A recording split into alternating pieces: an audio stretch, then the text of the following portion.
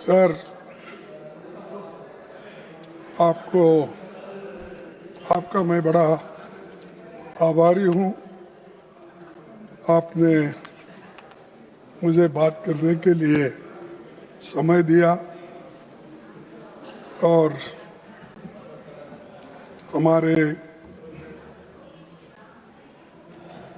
नेता जिस सदन के बारीकी से अपने सारे विचार हमारे सामने रखे हैं। कोई अच्छी बात बोले, लेकिन सबसे ज्यादा अच्छे एलओपी बोल रहा है, क्या हो रहा है? सर एलओपी बोल रहे हैं, क्या हो रहा है?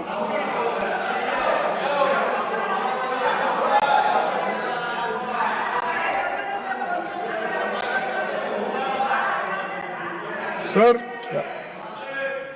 वकालत तो अच्छी करे, लेकिन उनका केस इतना खराब है, वो कितना भी वकालत अच्छा करे तो उनको केस आप जीतने वाले नहीं हैं।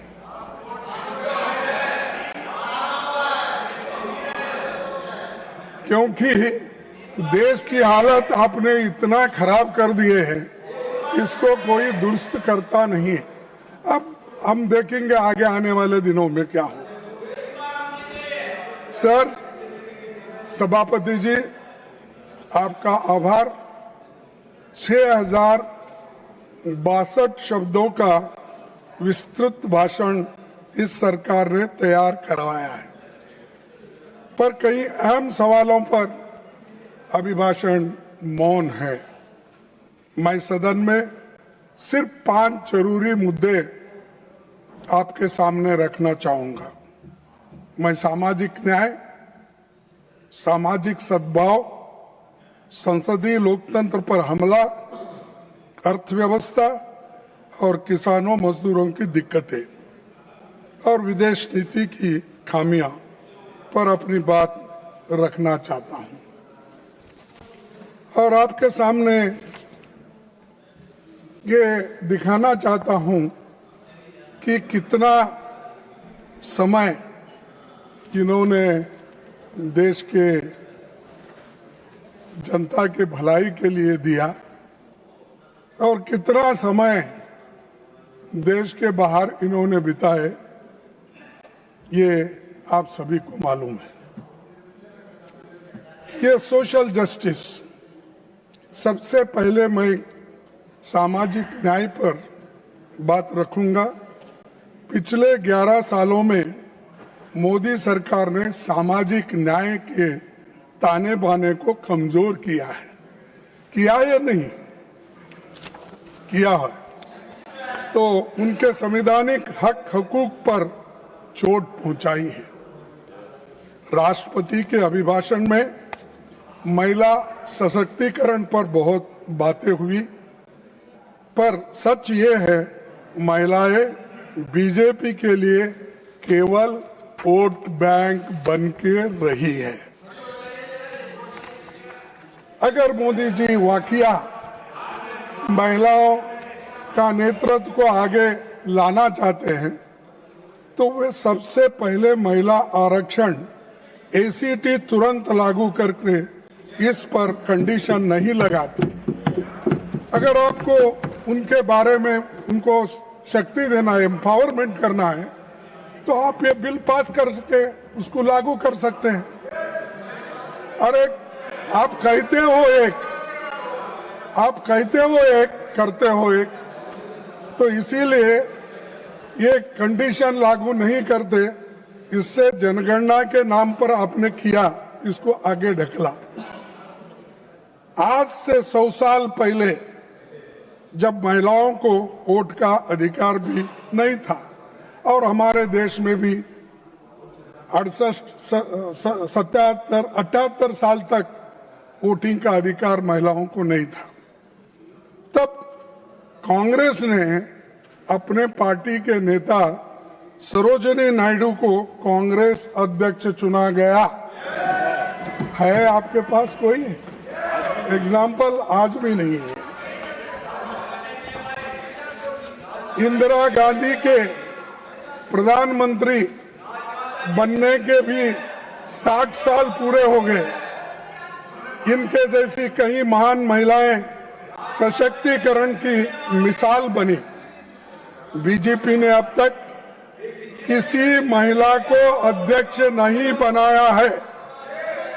आरएसएस ने 100 साल में किसी महिला को अपना नेतृत्व नहीं सौंपा है।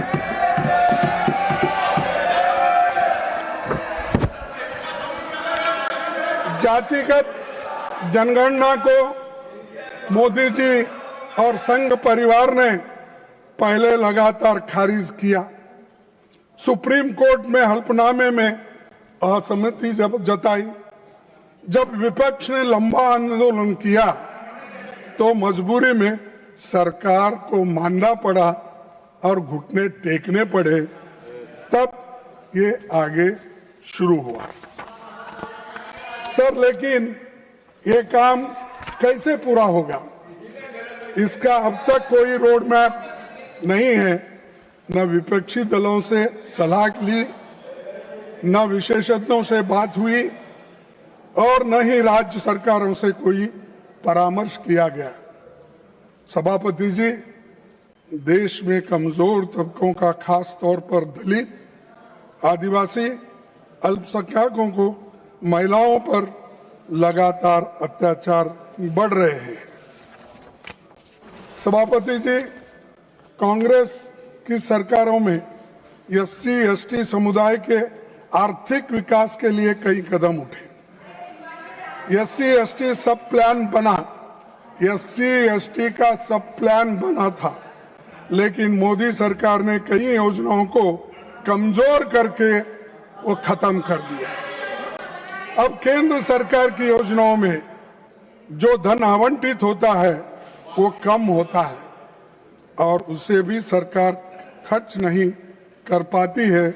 और मैं उसके 2-3 उदाहरण आपके सामने देता हूं। प्रधानमंत्री अनुसूचित जाति अभ्युदय योजना, नाम अच्छे रखते हैं कि लोगों को नाम अच्छा लगे, वो भी खास करके हिंदी में वो नाम रखने से नड्डा साहब भी खुश होते हैं, क्योंकि उनके पास तो हिंदी अच्छी बोली जाती है और वो भी शायद नाम अच्छा काम खराब, ये चलो। तो प्रधानमंत्री अनुसूचित जाति अभ्युदय योजना, इसमें 41.59 का अंडर यूटिलाइजेशन है। ये मेरे नहीं, उनके इकोनॉमिक इसमें। और इतना पैसा आपने अंडर यूटिलाइज किए, क्या भलाई आप करने वाले हैं? खूब बोलते हो खूब, लेकिन काम नहीं करते। Sir, prime minister young achievers scholarship में क्या हुआ? 31.51% का अंडर यूटिलाइजेशन हुआ। पोस्ट मैट्रिक स्कॉलरशिप में 5.660, यानी कम से कम 6,360 करोड़ में आपने कम से कम 40-50 करोड़ रुपए की कमी की और अंडर यूटिलाइजेशन हुआ उसका। इसके जिम्मेदार कौन है? बातें बहुत बोलते हैं, ये आंकड़े बताते हैं, ये मेरे आंकड़े नहीं, आप जो देते हैं उन्हीं आंकड़ों को लेकर मैं बात यहां पर आपके सामने पेश कर रहा हूं। सभापति, अनुसूचित जातियों, जनजातियों और महिलाओं के खिलाफ अपराध लगातार बढ़ रहे हैं। आंकड़े आप लोग छिपाते रहते हो। अगर आपके आंकड़े आप देखेंगे सोशल जस्टिस के डिपार्टमेंट से हो या क्राइम रिकॉर्ड ब्यूरो से हो, अगर आप मंगाएंगे आपको मालूम होता आंकड़े बढ़ रहे हैं या घट रहे हैं। सबको पता है कि हर अपराध दर्ज नहीं होता।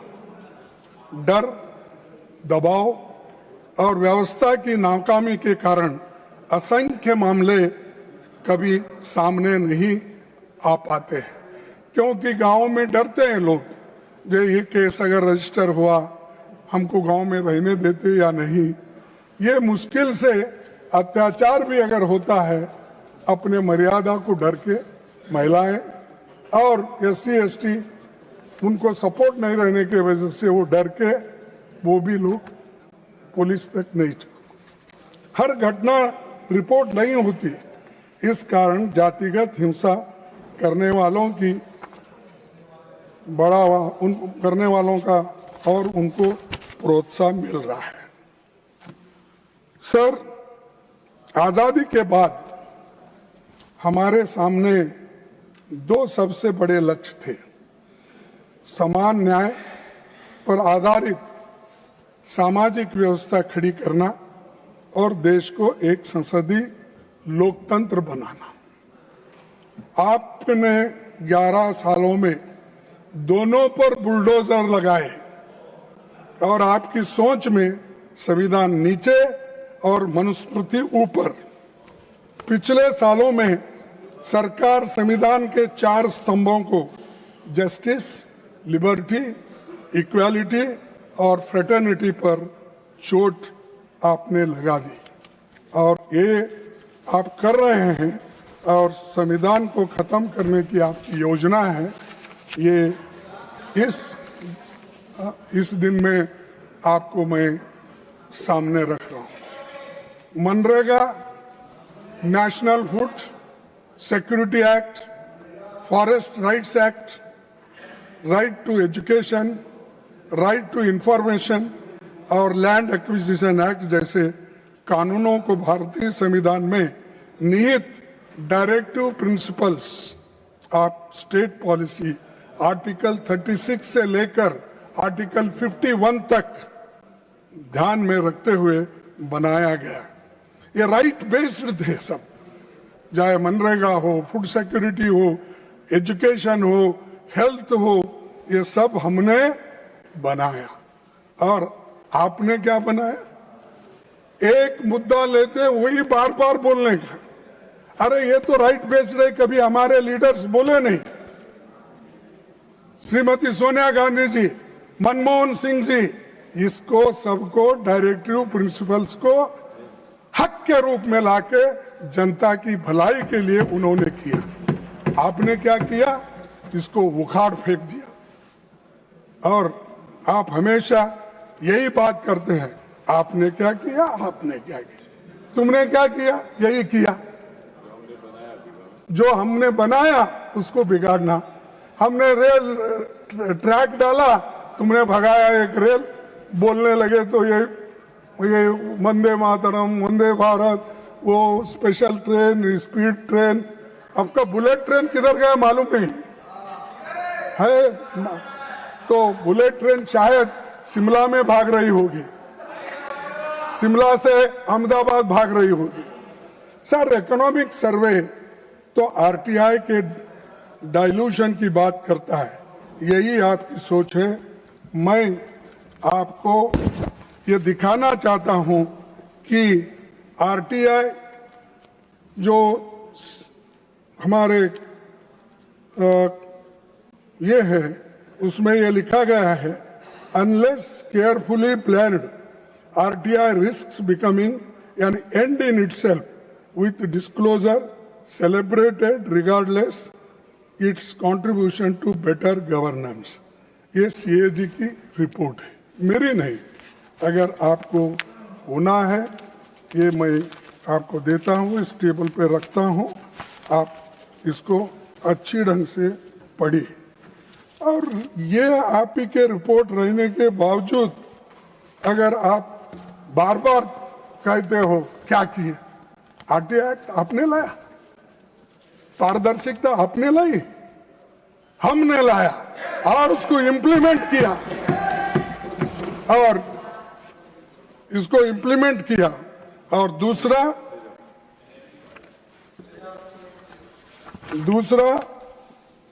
इकोनॉमिक सर्वे में जो कुछ अपनी बातें उन्होंने रखी, नड्डा साहब ने, वो सिर्फ उनके लिए जो सूट होता है वो रखे, ये क्यों नहीं बोले?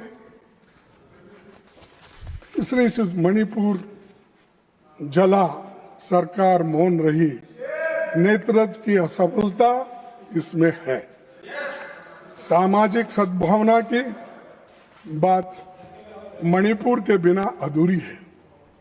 वहां दो समुदाय के बीच हिंसा, कम से कम 200 से अधिक लोगों की मौत, 70,000 से ज्यादा डिस्प्लेस्ड हुए।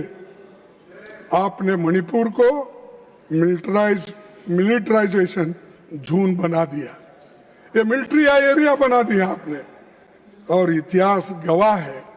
मैं एक अपने ही उदाहरण आपको देता हूं कि जैसा आपके नेता जिसकी बहुत तारीफ करते हैं आप, साहब उतनी भी तारीफ मत गिरो, एक इंसान ऊपर जाके नीचे गिरे तो उसकी हड्डी फसली भी नहीं मिलेगी। तो मैं आपको यह कहना चाहूंगा, इतिहास गवाह है कि वास्को डी गामा को पोर्तुगल से अफ्रीका होते हुए भारत पहुंचने में लगभग 11 महीने लगे, जबकि उन्हें समुद्री मार्ग भी पता नहीं था। क्रिस्टोफर कोलंबस को स्पेन से नॉर्थ अमेरिका पहुंचने में करीब 2 महीने लगे, और लेकिन इतनी बड़ी मानवीय त्रासदी और विपक्ष की लगातार मांग के बावजूद हमारे प्रधानमंत्री दिल्ली से मणिपुर पहुंचने को 2 साल लगे। वास्को डी गामा, क्रिस्टोफर, इनको 2 महीने 11 महीने में वो नया दुनिया ढूंढ निकाले, लेकिन हमारे प्रधानमंत्री जी मणिपुर को जाने के लिए दिल्ली से मणिपुर कम से कम 2 साल लगे उनको। ये है आपका काम। ये क्या पावरफुल एग्जीक्यूटिव है। क्या आपको गरीबों के बारे में चिंता है, देश के बारे में चिंता है, नॉर्थ ईस्ट कंट्रीज के बारे में चिंता जताते हो। यही चिंता है आपकी सर।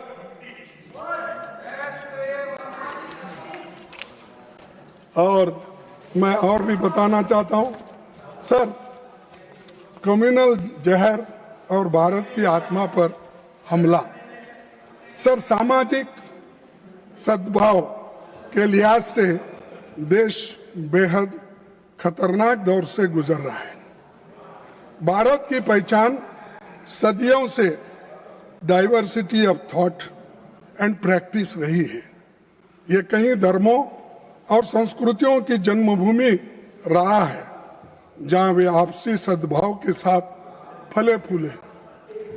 हाल में उत्तराखंड में, आप नजदीक है, तो बीजेपी सरकार ने एक दीपक, जिन्हें अपना नाम मोहम्मद दीपक रख लिया था, एक मुकदमा दर्ज करा दिया, जो सद्भावना की रक्षा के लिए खड़ा हुआ था। जब रक्षक की भक्षक बन जाएगा, रक्षक की भक्षक बने, तो आम आदमी रक्षा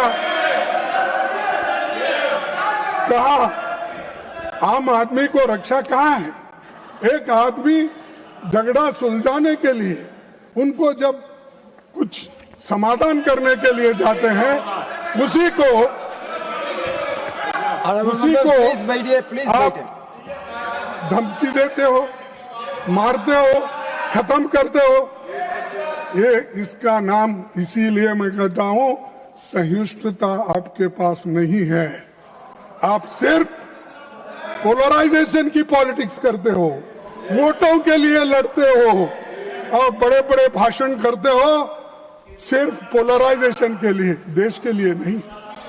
सर, भाजपा के एक मुख्यमंत्री, मैं उनका नाम नहीं लेना चाहता हूं इस जबान से, क्योंकि इतना ऐसा तो इंसान मैं नहीं देखा।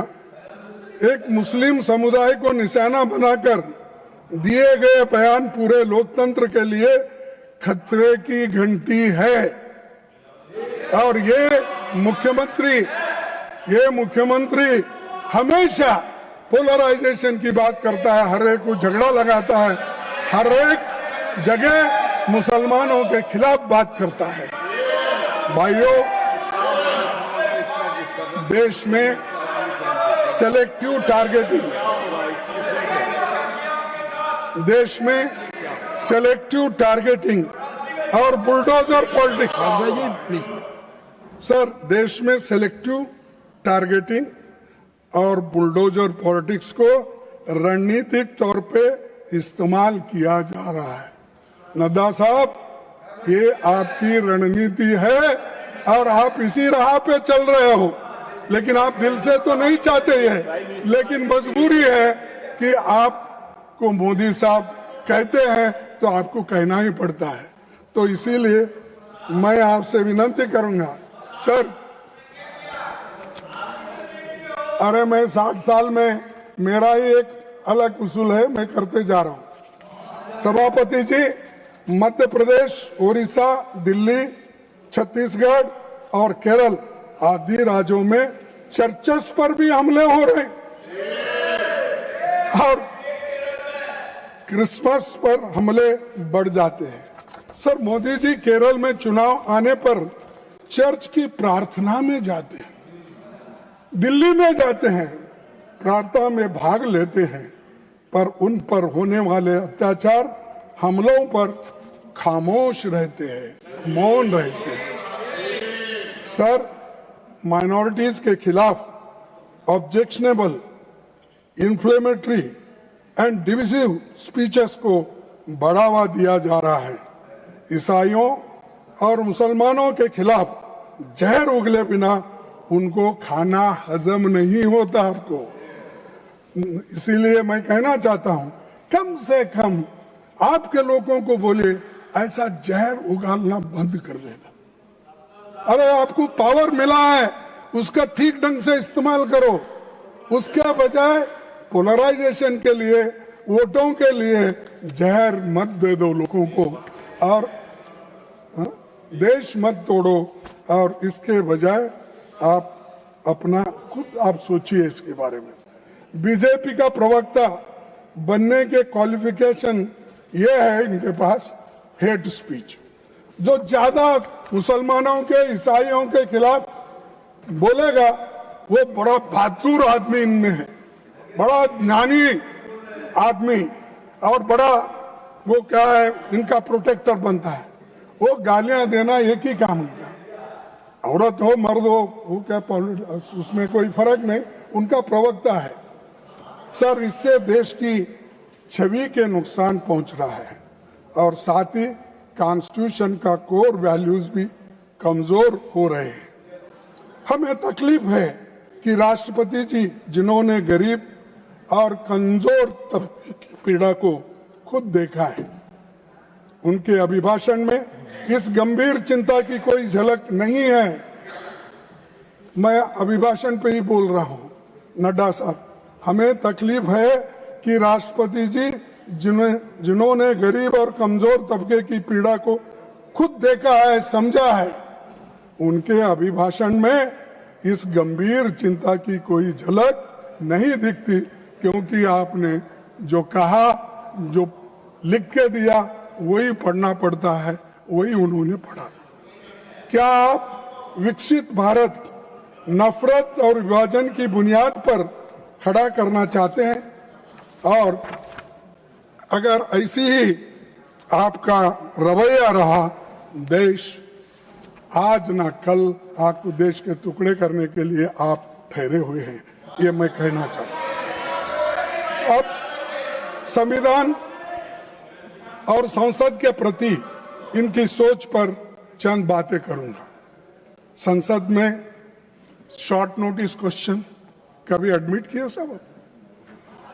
हाफ एन आवर डिस्कशंस और प्राइवेट मेंबर बिल्स अब अहमियत नहीं रखते, जबकि ये हथियार आम जनता की पीड़ा और ज्वलंत मुद्दों को सदन में लाने का माध्यम है। इसीलिए मैं आपको वो भी इस सदन के सामने रखूंगा कि कैसा, किस ढंग से आप ये बिल्स को discussion, half an hour discussion को, शॉर्ट नोटिस, कैसा आप अलाउ ही नहीं करते डिस्कशन के लिए।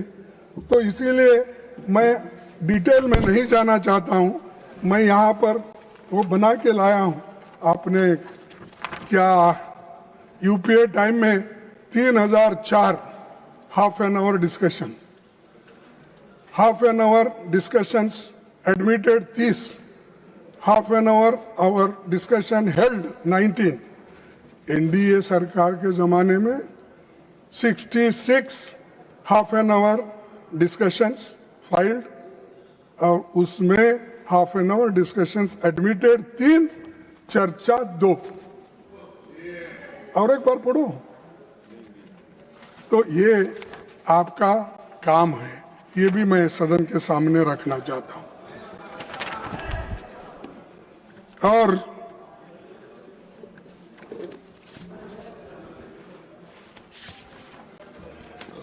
प्रधानमंत्री संसद में सवालों से बचते हैं। 16वीं और 17वीं की लोकसभा में 8,123 सवाल पूछे गए।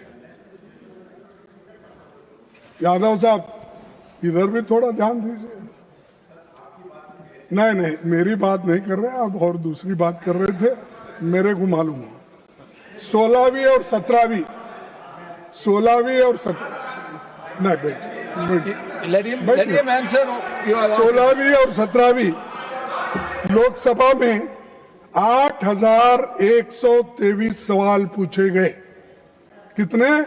8,123 सवाल पूछे गए, लेकिन केवल 13 स्वीकार हुए और 1,015 सवाल खारिज हो गए। क्या डेमोक्रेसी है, क्या चर्चा है? आप लोग चर्चा नहीं करते, यहां पर गड़बड़ करते हो। यह है आपका उत्तर, ये है चीजें। ये डेमोक्रेसी के खत्म करने के लिए आपने कर रहे हो, क्या डेमोक्रेसी को प्रोटेक्ट करने के लिए और प्रमोट करने के लिए कर रहे हो? मुझे बताइए सर। उसके अलावा जितने सवालों का जवाब दिया गया, उससे 78 गुना ज्यादा सवाल खारिज हो गए। 78% खारिज हो गए। तो जब प्रधानमंत्री जवाब नहीं देते तो मंत्री भी सवालों के जवाब देने के बजाय प्रधानमंत्री का गुणगान करते हुए उनकी भजन मंडली बन जाते हैं और खुद मेरे कई महत्वपूर्ण राष्ट्रीय मुद्दों के क्वेश्चंस को डिसअलाउ कर दिया। उदाहरण के तौर पर वो मैं यहाँ पर आपको बताऊंगा, लेकिन वक्त की कमी होने की वजह से मैं आपको इतने सब जो है, आपने किस ढंग से इन क्वेश्चंस को बोलिए, हमारे प्रश्न को बोलिए, यहाँ से उन्होंने खत्म कर दिया। और एक statehood for Jammu and Kashmir या 6th शेड्यूल फॉर लद्दाख जैसे मुद्दों पर सवालों को हाइपोथेटिकल बोलकर खारिज कर दिया गया। अरे जम्मू कश्मीर को स्टेटहुड दो, यह हाइपोथेटिकल है, और लद्दाख को स्टेटहुड देकर उसको 6th शेड्यूल में डालने के लिए हम रिक्वेस्ट किए, वो हाइपोथेटिकल है और आपका वायदा है। अरे कम से कम वायदे तो मत भूलिए। नहीं, आपको भूलने की आदत है, वो बात और है, लेकिन ये चीजें आपने ही कहा, हमने आपके चुनाव में कहा, इसका खूब प्रचार कर लिए, लेकिन अब वो भी सुस्त है, आप भी सुस्त हो गए। मुझे समझ में नहीं आ रहा। न नड्डा साहब जो प्रेसिडेंट थे, शायद ये क्रेडिट नड्डा साहब को जाएगा समझ के उन्होंने नहीं किया होगा, मुझे मालूम नहीं, क्योंकि स्टेटहुड अगर आपके जमाने में होता, 6th शेड्यूल में अगर लद्दाख आता तो क्रेडिट नड्डा को जाएगा। इसीलिए उन्होंने बोला कि छोड़ दो इसको, जब जमाना ठीक कर लेगा। सर, अग्निवीर स्कीम जो सीधे युवा और रोजगार नीति से जुड़ी है, उसे सीक्रेट नेचर का बताकर खारिज कर दिया। ये मेरे प्रश्न के उत्तर आपके। सर, जब मैंने मणिपुर में डिस्प्लेस्ड लोगों के पुनरावासन पर संसद में प्रश्न पूछा, तो उससे मैटर बिफोर कोर्ट बताकर उसको खारिज कर दिया। संसदीय जवाबदेही से बचना संसदीय विशेषाधिकार का उल्लंघन ही नहीं, लोकतंत्र को खत्म करने का एक नया तरीका आपने ढूंढ लिया है। तो मैं आपसे चाहूंगा कि आप सही माने में इस देश में डेमोक्रेसी को टिकाना चाहते हैं और सबको मदद करना चाहते हैं, ये पहले प्रश्न के उत्तर आप देने का सीखिए। दूसरी, ये सरकार मनमाने तरीके से देश पर नए कानून थोपना चाहती है, इसीलिए तमाम विधेयक जबरदस्ती पारित किए जाते हैं और यहाँ तक कि विपक्ष की मांग के बावजूद उन पर न तो चर्चा होती और छानबीन के लिए उसको कमिटियों में भेजते हैं, चाहे स्टैंडिंग कमेटी हो, ज्वाइंट कमेटी हो, सेलेक्ट कमेटी हो, कहीं नहीं भेजते, सब रिजेक्ट करते हैं। अरे आपको मेजॉरिटी का इतना अहम है, गर्व है, तो ये गरीबों के ऊपर मत चलाइए, डेमोक्रेसी को खत्म करने के लिए उपयोग मत करो। आपको मैदान खुला है, आप भाग रहे भागो, कहां तक भागेंगे हम देखेंगे। यूपीए सरकार के कार्यकाल 14 और 15 लोकसभा में 455 में से 315 विधेयक संसदीय समिति को भेजे गए। और एक बार पढ़ो, 455 में से 315 विधेयक संसदीय समिति को भेजे गए। और आपके सरकार में, वर्तमान सरकार में 421 में से केवल 77 विधेयक ही संसदीय समिति को भेजे गए। 77, इवन 19%। ये है आपकी डेमोक्रेसी, ये है आपकी नीति और ये है आपको बढ़ावा देने का तरीका। और राष्ट्रपति ने सबका साथ, सबका विकास, सबका विश्वास, सबका प्रयास, क्या अच्छा कोटेशन है ये, हाँ क्या बात है। लेकिन संसद में न तो सबका विश्वास बना लिए और न सरकार ने प्रयास किया एक करने के लिए,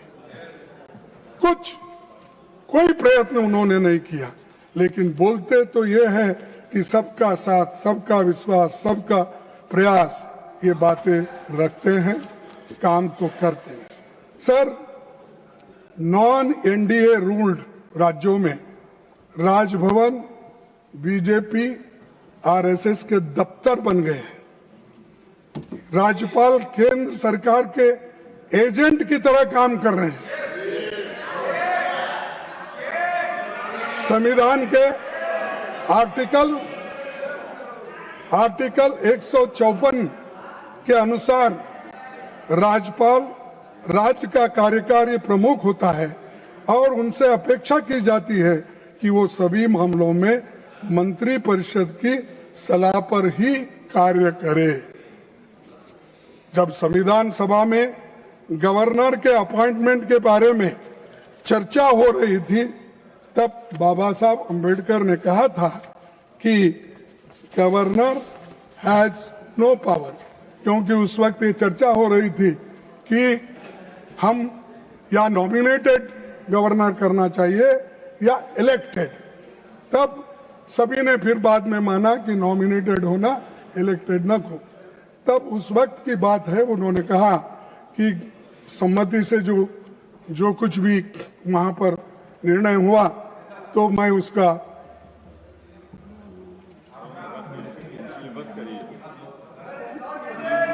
नॉट बड़े आदमी है सर, मैं सम्मानित नेता है। 1 minute you give. No sir, No, he asked you 2-3 times. Let us listen what he want to sir say. इनको इतिहास बहुत पता है। ये इतना बता दें, रामलाल जी ने आंध्र प्रदेश में क्या किया था, ये देखो, हंसराज भारद्वाज जी ने कर्नाटक में क्या किया था, अरे मैं बोल रहा हूँ आज की बात, रमेश भंडारी जी मैं ने कह रहा हूँ आज की बात, आपकी करतूत, और बाद में आपके नेता की करतूत में बात कर रहा हूँ। तुमने वो कर्नाटक हाई किया कोर्ट पीछे और कितने दिन रामाराव जी बोलेंगे? जो आए थे कितना दिन यही रेड बोलते करने, जाएंगे? उनके बारे में बताएंगे तो ये देश के लोकतंत्र के लिए अच्छा रहेगा। सर ये कितने दिन ये बोलते बोलते फिरेंगे? और governor has no power to interfere with the internal administration of a provincial ministry state में। सर कर्नाटक, तमिलनाडु और केरल हर जगह राज्यपालों ने कैबिनेट से पारित भाषणों से इनकार किया है। क्या साहब आप क्या आपने कभी ऐसा इनकार करते हैं? गवर्नमेंट का कोई स्टेटमेंट है, उन्होंने पढ़ने दी है हमने। अभिभाषण भी जो होता है प्रेसिडेंट का वो पढ़ते हैं, हमको मालूम है उसके पीछे किसका हाथ है, कौन किसने बोला, क्या क्या आपने कहा, वही लिखते हैं। सर मैं जिक्र करना चाहता हूं कि कर्नाटक विधानसभा से पारित हेट स्पीच बिल जो सद्भाव की दिशा में एक बड़ा अहम बिल था, उसे रोक दिया गया। और भारतीय संविधान ने लोगों को अवसर की समानता से लेकर जीविका अधिकार दिया। आरएसएस बीजेपी के मन में बराबरी की बात कभी नहीं है। उनकी सोच अमीरों और अमीर बनाना और गरीब को और गरीब बनाना। वर्ल्ड इनइक्वालिटी रिपोर्ट 2026 के अनुसार भारत में टॉप 1% के पास देश की लगभग 40% संपत्ति है। टोटल वेल्थ सिमट चुकी। और टॉप 10% 2/3 यानी 65% है हाउस होल्ड असेट्स के मालिक। और मैं कहूँगा इनकम के स्तर पर भी टॉप 10% के अकेले 58% नेशनल इनकम ले जा रहा है, जबकि बॉटम 50% सिर्फ 15% पे छोड़ दिया गया। 50% लोग, सिर्फ 15% असेट उनके पास है। क्या इस इनइक्वालिटी को आप दूर करने में लगे हैं? हमारे को बोले गरीबी हटाओ, आपने क्या किया, आवास क्या किया। मेरे को बताइए, ये तो मेरा रिपोर्ट नहीं है, ये तो आप अभी रिपोर्ट करते ना, मोदी जी का वर्ल्ड इकोनॉमिक रिपोर्ट, वो रिपोर्ट पढ़े आप। मैं पढ़ रहा हूं वर्ल्ड इनइक्वालिटी रिपोर्ट। हाँ पढ़। तो आपकी ग्रोथ की सोच पसंदीदा चुनिंदा पूंजियों के लिए मेहनतकश लोगों की दिक्कतों से आपका कोई मतलब नहीं। यही आपका विकसित भारत है और यही आपकी सोच है। सभापति जी, जब मोदी जी गुजरात के मुख्यमंत्री थे, उस दौरान रुपए की गिरावट की तुलना तत्कालीन प्रधानमंत्री डॉक्टर मनमोहन सिंह जी की उम्र से किया तो आपकी उनकी उम्र कितनी है उतना मनी वैल्यू है। ऐसा विडंबना करके आपने उनको इंसल्ट करके बात करते थे जब आप चीफ मिनिस्टर ऑफ गुजरात थे। आज मैं पूछना चाहता हूं कि ये है मोदी जी की उम्र को बहुत पहले पार कर, आज की जो 92 रुपीज है, ये तो मोदी जी के उम्र को पार करके चले गई। नहीं साहब, ये तो पार करके चले गई। और उस वक्त तो आप मनमोहन सिंह की बात करते थे, और इसीलिए और उस वक्त ये भी आप कहते थे कि इतिहास के पहली बार $1 92 रुपए का हो गया है, पर मोदी जी को देश की इज्जत की कोई चिंता नहीं है। उस वक्त चिंता थी क्योंकि वो अपोजिशन में थे, उस वक्त चीफ मिनिस्टर थे, तो देश की इज्जत के बारे में बात करते। वे कहाँ गए आप भी? तो ये मैं आपसे बताना चाहता हूं कि एक तरफ सभापति जी नौजवानों की पीड़ा से इस सरकार को कोई मतलब नहीं। उनकी पीड़ा कम करने का सबसे आसान रास्ता ये था कि सरकारी वैकेंसी तो कम से कम भरे। लेकिन आज केंद्र सरकार में 9.7 लाख से अधिक पद खाली है। ये उन्हीं का प्रश्न का उत्तर है। और पब्लिक सेक्टर्स, पुलिस आदि मिलाकर करीब 50 लाख से भी ज्यादा हर स्टेट में मिलाकर इतने वैकेंसीज है।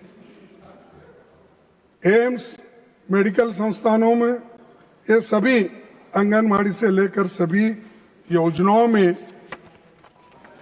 50 लाख के ऊपर होते हैं। तो नोटबंदी, लॉकडाउन, बुलेट ट्रेन चलना, काला धन वापिस लाना, 2 करोड़ नौकरियां देना, ये सब जुमले कहाँ गए साहब? कहाँ है ये सब? खूब अभी भी उसको भुलाने के लिए आप बहुत कोशिश करते हैं, लोग भूलते नहीं। और अगर मैं नोटबंदी में अगर एसएस नहीं पाऊंगा तो विजय चौक पे मुझे फांसी लगाओ। हाँ, इसी चौराहे पर फांसी लगाओ। जब नोटबंदी हो गई उस वक्त भी यही बोले, कालाधन का यही बोले, 2 करोड़ नौकरी का भी यही बोले।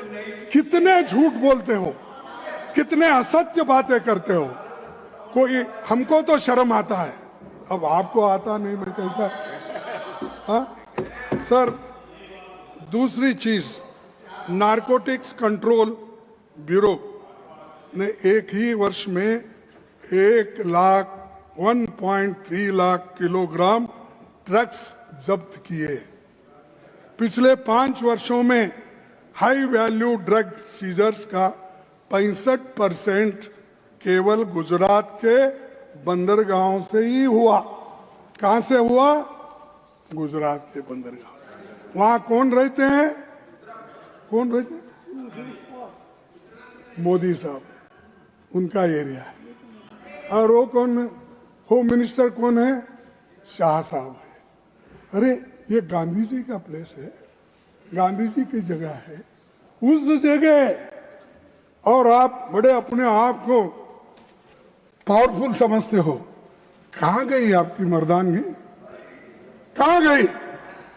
आप रोक नहीं सकते नारकोटिक का, आप रोक नहीं सकते निशाबंदी को।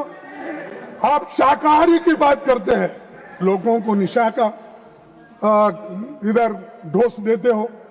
सर, प्रधानमंत्री जी और गृह मंत्री जी के गृह राज्य में इतनी बड़ी मात्रा में नशीले पदार्थ पहुंच रहे हैं, ये किसके पोर्ट से?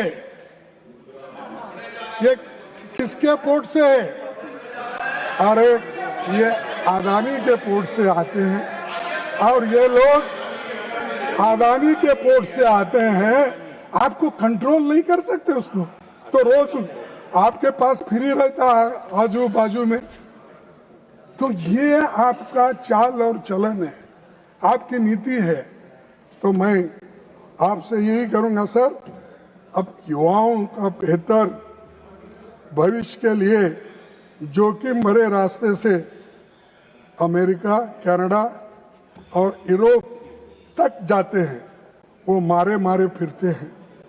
आप लोग हजारों नौजवानों को इजराइल जैसे एक्टिव वार जोन में फिलिस्तीन मजदूरों की जगह काम करने के लिए भेजते हो। सर, आज मैं प्रधानमंत्री से पूछना चाहता हूं, थ्रो नड्डा साहब, क्योंकि वो यहाँ नहीं है, तो एक्टिव वार जोन में मजदूरी के लिए अपने नौजवानों को भेजना, क्या आप भारत का सम्मान बढ़ा रहे हो? इससे सम्मान बढ़ता है आपका। विश्व गुरु, अरे गुरु, कम से कम तेरे लोगों को नौकरी तो दो, एक दिन का खाना तो दो, सर पे छत तो दो, कुछ तो करो। लेकिन आप सबको टीका करने में लगे हो और दुनिया में फिरते रहते हो। आज यूपीए सरकार ने मनरेगा को अधिकार आधारित बनाया था, तो जिसमें मांग पर करोड़ों मजदूरों को कानूनी गारंटी मिली थी।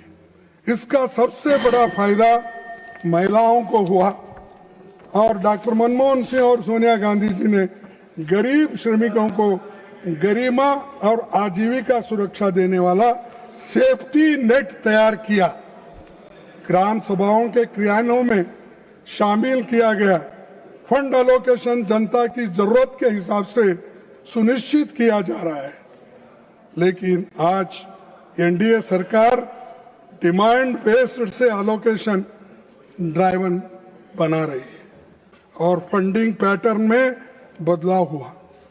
10% राज्य का, 90% केंद्र सरकार का था, लेकिन आज 60% केंद्र का, 40% के स्टेट का। मैं आपसे निवेदन करना चाहता हूं, क्या स्टेट के लिए ये ठीक है? क्या स्टेट इसको करेगा? तो ये है इनका कि स्टेट वाले के पास उतनी शक्ति नहीं है। तो खास करके हिमाचल में तो कुछ भी शक्ति नहीं है क्योंकि वहां पर रेवेन्यू नहीं मिलता। उत्तराखंड जैसे और गरीब, जितने भी गरीब स्टेट्स है वहां पर मिलना मुश्किल है, लेकिन इन्होंने ठोक दिए 40% आप दो, क्योंकि वो 40% देंगे नहीं, 60% छोड़ेंगे नहीं यहाँ से। तो इसीलिए मैं आपको ये निवेदन करना चाहता हूँ, जो मनरेगा का एक्ट है उसी को रहने दो। अगर आप नया एक्ट लगाएंगे तो मैं समझता हूँ ये मजदूरों के खिलाफ है, गरीबों के खिलाफ है, किसान मजदूर के खिलाफ है, महिलाओं के खिलाफ है। ये मेरा कहना है और ये राइट टू वर्क छीन ले रहे हैं आप। इसीलिए मैं आपसे ये आपके सामने ये बातें रख रहा हूं। और मनरेगा का मूल स्वरूप भी आपने बदल डाला। हमारी मांग है कि गांधी जी के नाम पर तो कम से कम राइट टू वर्क फिर से बहाल होने दो। बहुत टोका टोकी हो रही है। ये फिर प्राइम मिनिस्टर हाल के महीनों में सरकार ने लेबर कोड को जोर शोर से प्रचार किया। आप लेबर मिनिस्टर भी थे। ये सच है जो आपने लाया लेबर कोड? मानते हैं? दिल से बोलिए। तो नहीं बोलेंगे, क्या बोलेंगे? वही कि मजदूरों के खिलाफ बोलेंगे?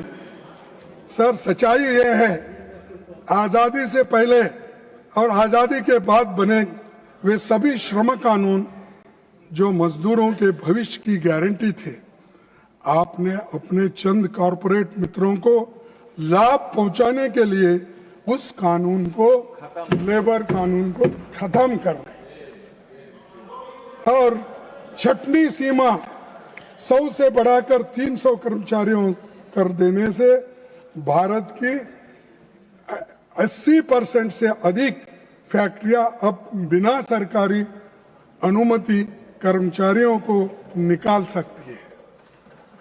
और पहले ज्यादा लेबर इंटेंसिव काम था, लेकिन हमारे पास मशीनें ज्यादा आ गई है।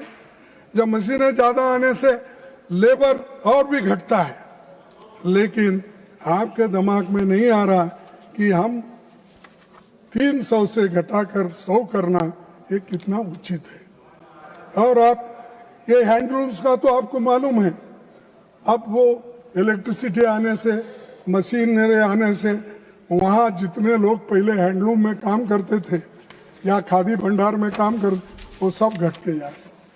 तो ये जो लेबर कोड है, इस लेबर कोड ये मजदूरों के खिलाफ है, आम जनता के खिलाफ है। इसीलिए इसको पहले 8 घंटे काम करना, ये जो था उसी को वैसा ही रखना चाहिए।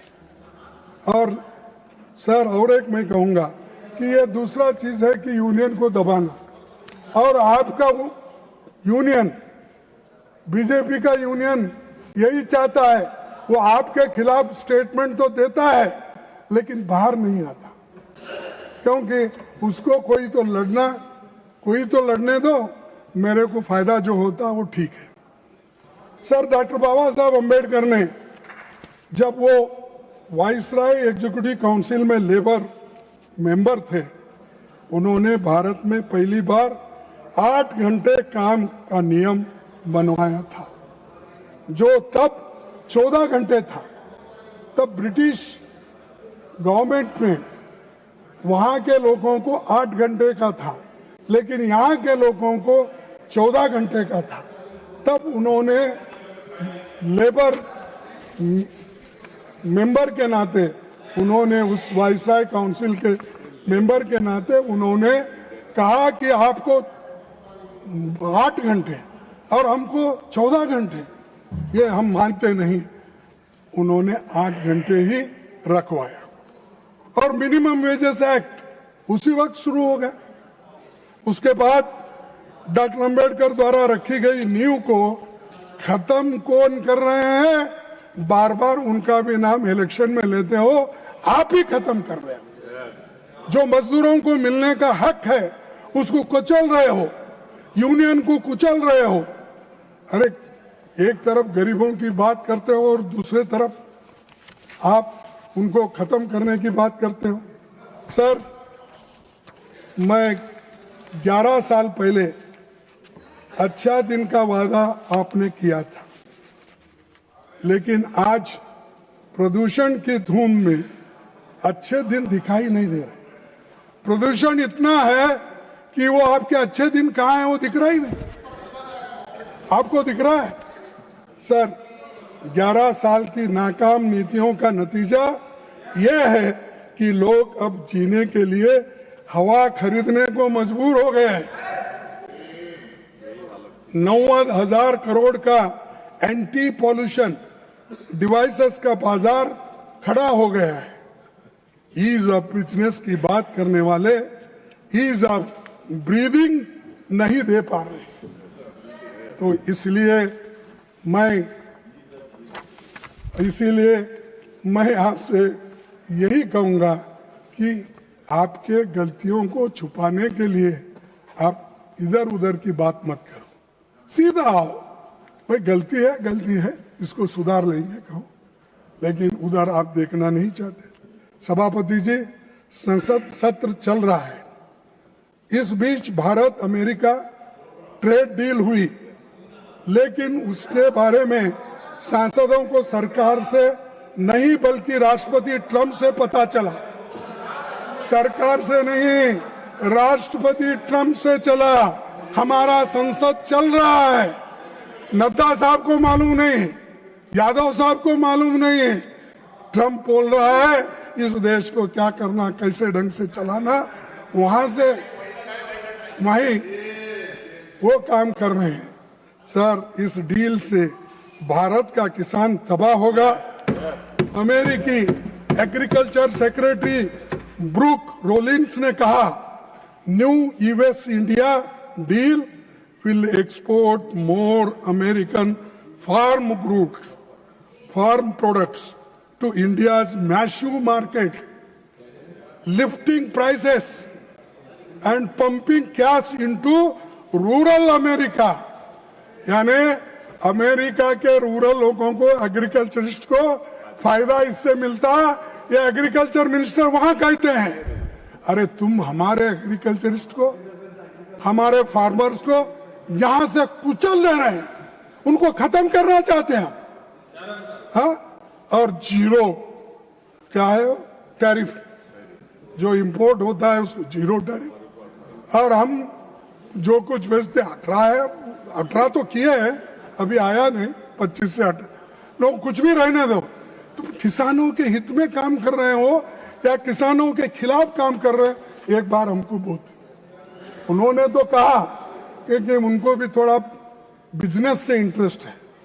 जो हमारे कॉमर्स मिनिस्टर है, उनको थोड़ा बिजनेस से इंटरेस्ट है। मैं वो उनके वैयक्तिक बातों को नहीं जानना चाहता हूँ, लेकिन वो भी तरफदारी अमेरिका का। Kharge ji, now try to conclude, please. Sir, you are first time you have come. I have given you 10 minutes extra also. Okay. And that's why you should At least give me some Okay, chance. okay. Continue. Sir. But try to conclude. Yes, Bharat America trade deal हुई, लेकिन उसके बारे में सांसदों को सरकार से नहीं बल्कि राष्ट्रपति ट्रंप से पता चला। ये संसद का अपमान है। इस डील से भारत का किसान तबाह हो गया। अमेरिकी एग्रीकल्चर सेक्रेटरी क्या कहा फिर मैं वो पढ़ना नहीं चाहता। आप भारत के किसानों की आय 2 गुना करने वाले थे। भारत का किसानों की आमदनी आप 2 गुना करने वाले थे ना। तो इसीलिए आप अमेरिका से दोस्ती करके और अमेरिका जो आपके पास भेज रहा है 0% टैरिफ, और कभी भी कोई भी कहां भी कैसा भी सामान हो वो भेज सकता है, उसको कोई क्वेश्चन नहीं कर सकता।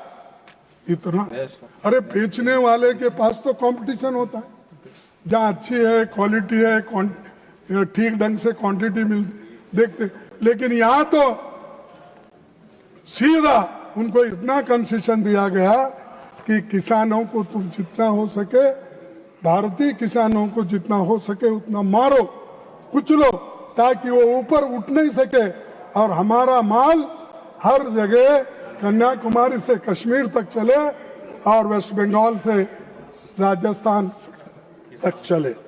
और इसमें किसान तबाह हो रहा है, तंग हो रहा है। कम से कम 2 गुना करने वाले सरकार को मैं पूछूंगा, अगर जिंदा तो रहने दो उनको, जिंदा रहने के लिए क्या कर सकते वो तो करो। आपके हाथ से 2 गुना करने का नहीं होता, लेकिन जहां है वहीं तो उनको रोको। मामूली आमदनी वाले भारतीय किसान हेवीली सब्सिडाइज्ड अमेरिकी कृषि उत्पादनों का कैसा मुकाबला करेंगे। आपने 11 साल में हमारे किसानों को कमजोर ही किया है। सभापति जी, भारत के एक कृषि प्रधान देश है, सबसे बड़ी आबादी खेती पर निर्भर है। आपको हमारे कृषि उत्पादनों पर सोचना था, पर आप किसी और तरह आप राह पे चल रहे हैं। यदि कृषि आयात बढ़े तो भारत की एमएसपी प्रणाली पर दबाव पड़ेगा। आपने इस बजट में भी किसानों के हक में कुछ नहीं किया। आपने बिना तैयारी के करोड़ों भारतीय किसानों को बेहद संपन्न अमेरिकी किसानों का मुकाबला के लिए आप खड़ा कर रहे हैं। इस बात को समझने के बिना भारत का बाजार खोलना हमारे किसानों को बर्बादी की ओर ढकेलना ये है। सर, प्रधानमंत्री जी को मैं याद दिलाना चाहूंगा कि किसानों के 1 साल चले विराट आंदोलन के बाद आपको संसद से 3 काले कृषि कानून को बुलडोज करना पड़ा, तो वो आपने बाद में आंदोलन के बाद आपको वापस लेना पड़ा।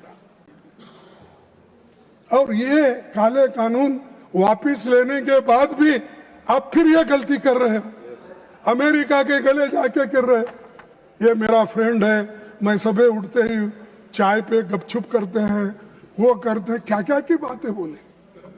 हाँ, और मेरा दोस्त है और उसे चुनाव में गए, हारे।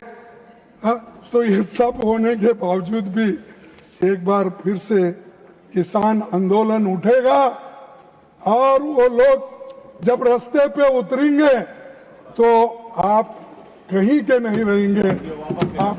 आपको जैसा वो वापस लिए, ये सब चीजें आपको वापस लेना पड़ेगी। सर, आखिरी चीज मैं आपके सामने बताना चाहता हूं, सभापति, ये किसान विरोधी ट्रेड डील है। बहुत सी डील विफल विदेश का नीति का नतीजा है।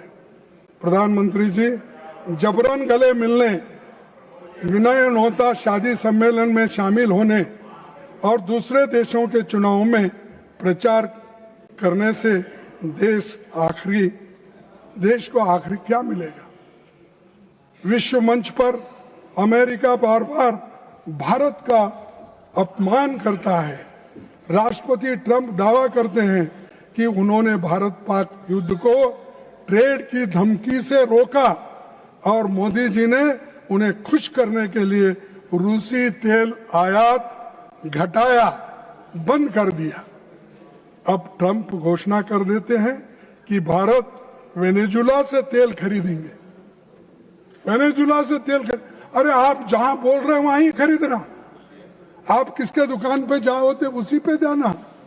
ये मोदी जी की जो झुके हैं, टिकने घोटे हैं और नाक रगड़ रहे हैं, ये गलत है। अब मैं ये सवाल उठता है कि हमारी सॉवरेंटी पे जब हमला हो रहा है, जब ट्रंप के कंट्रोल में जब हम गए हैं, तो आप ही सोचिए हमारी हालत विश्व में क्या है।